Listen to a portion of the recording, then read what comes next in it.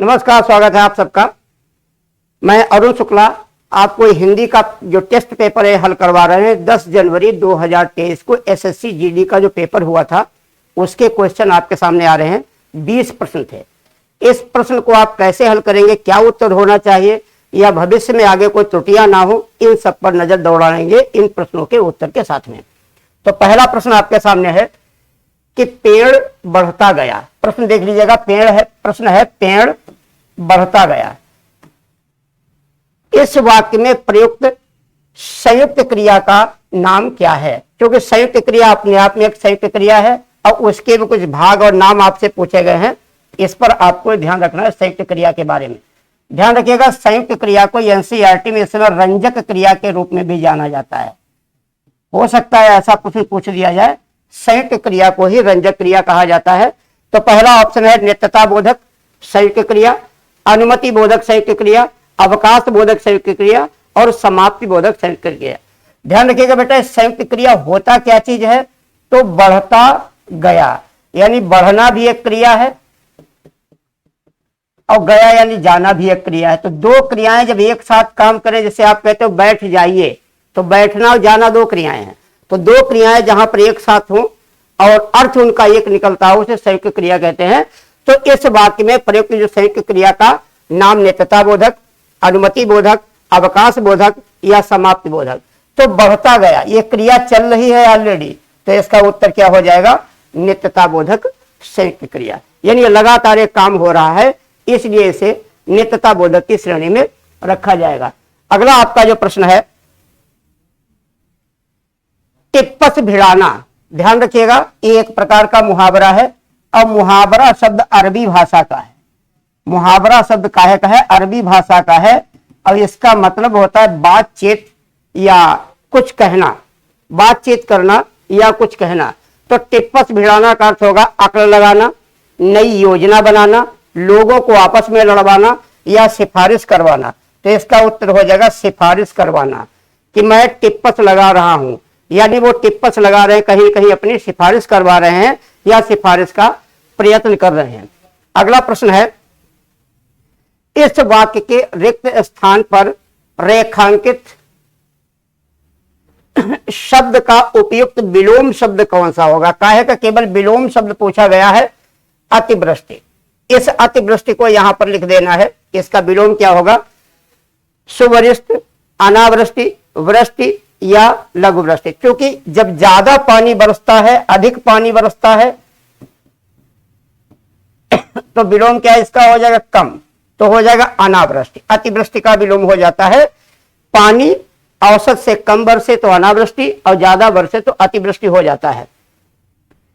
अगला है निम्न में से किस वाक्य में उत्कंठा के सही पर्यायवाची शब्द का प्रयोग किया गया है? ध्यान रखिएगा, उत्कंठा शब्द शुद्ध तत्सम रूप है। अगर आपको ध्यान होगा, एक साकेत रचना है गुप्त जी की। साकेत एक महाकाव्य है। इसकी रचना 1931 में की गई थी, 1931 में। इस महाकाव्य की जो नायिका है वो उर्मिला है, लक्ष्मण जी की पत्नी उर्मिला। वो अपनी सहेली से कहती हैं कि सखी कह रही उत्कंठा हो क्या भाव भुवन में। उत्कंठा माने एक जिज्ञासा होती है, एक लालसा होती है। तो हो जाएगा 90 में अब कोई लालसा शेष नहीं है। उत्कंठा माने लालसा, यानी लक्ष्मण जी वन चले गए हैं, अब और कोई इच्छा शेष नहीं है। अगला प्रश्न है लकड़ियों का समूह। रेखांकित पद समूह के बदले उपयुक्त शब्द का प्रयोग करना है। समूह के बदले ध्यान दो बेटा, शब्द होता है इसे समूह, झुंड, झुरमुट, भीड़, ये सभी आपस में पर्याय है। आपस में क्या है? ये पर्याय।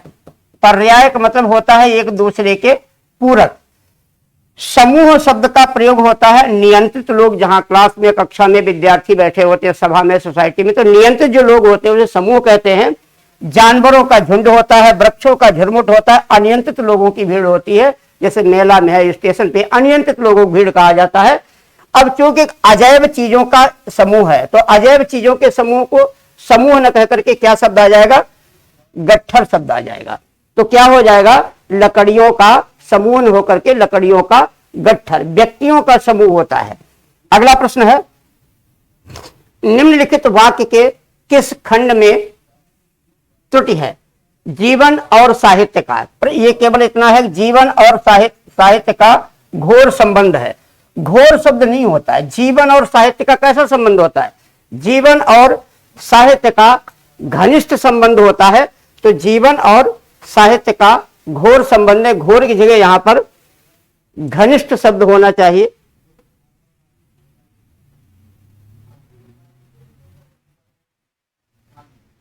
तो ये घोर शब्द यहां पर गलत लिखा हुआ है, यहां शब्द घनिष्ठ लिखा होना चाहिए था, ये गलत है, त्रुटि है।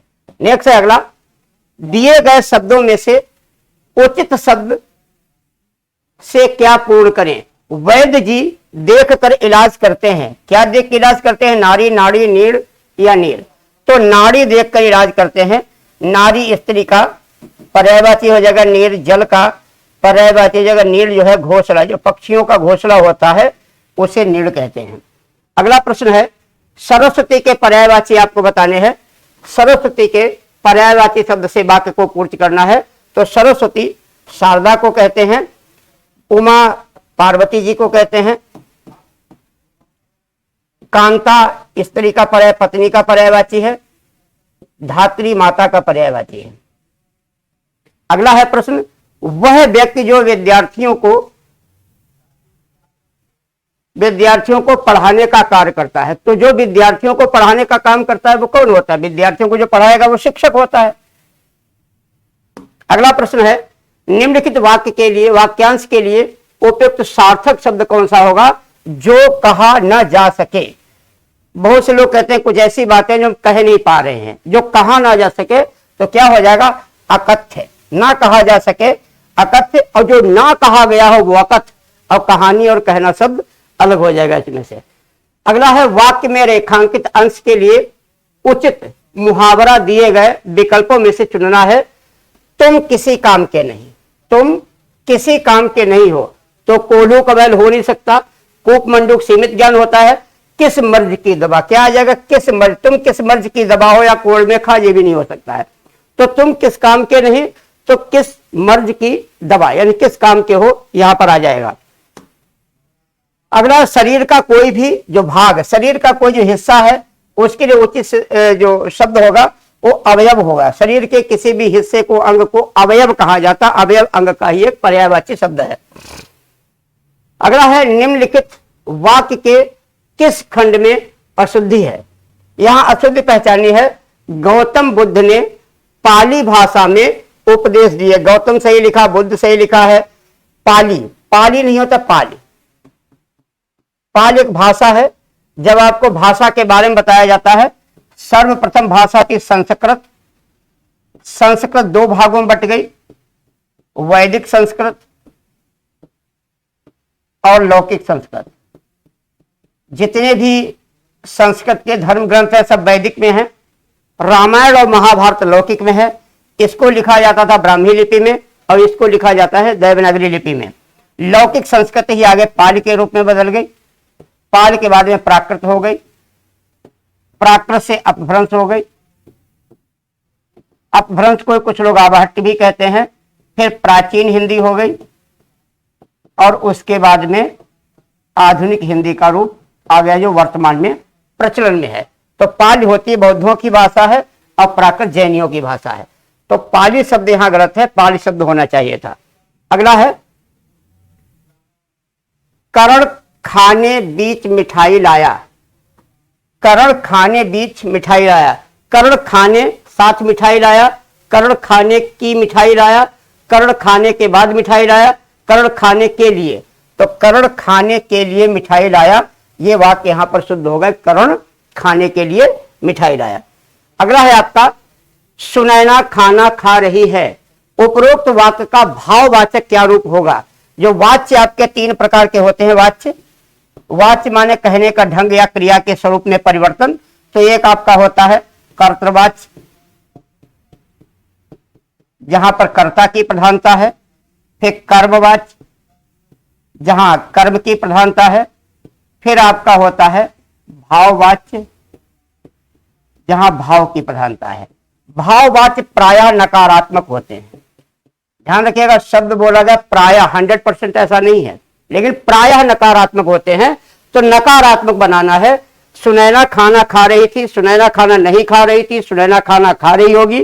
सुनैना से जरूर आता है उपसर्ग, सुनैना से खाना नहीं खाया जाता, से का प्रयोग इसमें किया जाता है कर्ता के साथ। ध्यान रखिएगा, हिंदी में और अंग्रेजी में कर्ता वाक्य का मुखिया होता है, और कर्ता के रहते हुए किसी और की प्रधानता हो ही नहीं सकती। इसलिए यदि पहली बात तो कर्ता हो ही ना, और अगर कर्ता हो तो उसके परसर्ग ने को हटा करके किसी और परसर्ग का प्रयोग कर दिया जाए, कर्ता का प्रभाव स्वतः कम हो जाएगा। वाच्य के पोर्शन में अच्छे तरीके से आपको समझाया जाता है। निम्नलिखित गद्यांश में कुछ शब्दों को हटा दिया गया है। दिए गए विकल्पों की सहायता से रिक्त स्थानों की पूर्ति कीजिए। प्रत्येक संख्या के लिए सबसे उपयुक्त विकल्प का आपको चयन करना है। मैत्री भाव सकारात्मक तथा, एक यहां लिखना है, वर्ग में गिना जाता है। मित्रता ऐसा उपहार है जो, यहां पे आपको लिखना है, को प्राप्त होता है। सच्चा मित्र वही होता है जिसके कारण हमें कभी भी, यहां पर आप भरना है, ना हो। जब भी हमारी ऐसी कोई आदत होती है जिससे दूसरे को परेशानी होती है, तो ऐसी आदत यहां पर भरना है। में ही भलाई है मनुष्य, तो फिर यहां आपको भरना है प्राणी। इस प्रकार से तो पहला पूछा गया रिक्त स्थान, एक रिक्त स्थान जो पहला है यहां पर आपको भरना है। तो मैत्री भाव सकारात्मक तथा नकारात्मक, भिन्न, उच्च और मध्यम। तो मैत्री भाव सकारात्मक तथा उच्च वर्ग में गिना जाता है। समस्त भावों में मित्रता का भाव सबसे उच्च श्रेणी में रखा जाता है। अगले पॉइंट पे आ जाएगा सेकंड को, यानी अब यहां क्या आया, आपको सेकंड की पूर्ति करनी है, यानी इसकी गिना जाता है। मित्रता ऐसा उपहार है जो को प्राप्त होता है। किसको प्राप्त होता है? किसको मित्रता का भाव प्राप्त होता है? गरीब, सबको अमीर या भाग्यशाली। तो मित्रता का सब भाव किसे प्राप्त होता है? जो भाग्यशाली है। आचार्य रामचंद्र शुक्ल का एक पाठ है मित्रता, जो 9th और 10th में चलता है, उसमें भी दिखाया गया कि मित्रता, जिसको एक अच्छा आदर्श मित्र मिल जाए उसे समझो दुनिया की सबसे बड़ी पूंजी, सबसे बड़ी संपत्ति प्राप्त हो गई है, तो भाग्यशाली होगा। अगला आता है, यहां पर 3 की पूर्ति करनी है, यानी इसकी पूर्ति करनी है। सच्चा मित्र वही होता है जिसके कारण हमें कभी भी खुशी, उत्साह, भलाई या पश्चाताप ना हो। हमारे मित्र के चुनाव में कोई गलती ना हो, ऐसा आचार्य शुक्ल ने कहा है। हम कोई ऐसे मित्र को ना चुने जो हमको बाद में पछतावा हो, पश्चाताप हो। नेक्स्ट है, अब यहां पर 4 की पूर्ति करनी है। चौथा क्या था? जब भी हमारी ऐसी कोई आदत होती है जिससे दूसरों को परेशानी होती है, तो ऐसी आदत क्या करने? सिखाने, गिनाने, छोड़ने। ऐसी आदत छोड़ने में ही भलाई है। अगला आ जाएगा आपका 5 के रिक्त स्थान भरना है। 5वां ये है, यहां पे भरना क्या है? छोड़ने में भलाई है। मनुष्य तो प्राणी है। मनुष्य कैसा प्राणी है? भयानक, परेशान, सामाजिक या दिखावा। मनुष्य एक सामाजिक प्राणी है, यानी कोई पशु या पक्षी सामाजिक प्राणी नहीं होता है, केवल मनुष्य ही एक सामाजिक प्राणी होता है। तो इस प्रकार इतने, यानी 20 प्रश्न ही आपके इसमें पूछे गए थे जिनका उत्तर यहां दिया गया। तो इसी प्रकार हिंदी एक भाषा है, और भाषा को पढ़ा नहीं जाता, भाषा को सीखा जाता है। जितना ज्यादा अभ्यास कर लेते, प्रैक्टिस कर लेते हैं, उतना ही आपकी गलतियां कम हो जाती हैं। यहां पर हम आपको पंक्ति बताएंगे। कवि वृंद की एक लाइन है कि करत करत अभ्यास से जड़वत हो सुजान, और रसरी यावन जान से सल पर होत निशान। तो बार बार अभ्यास करने से त्रुटियां कम हो जाती हैं और आप सफलता की ओर अग्रसर होते हैं। इसी के साथ नमस्कार, जय हिंद।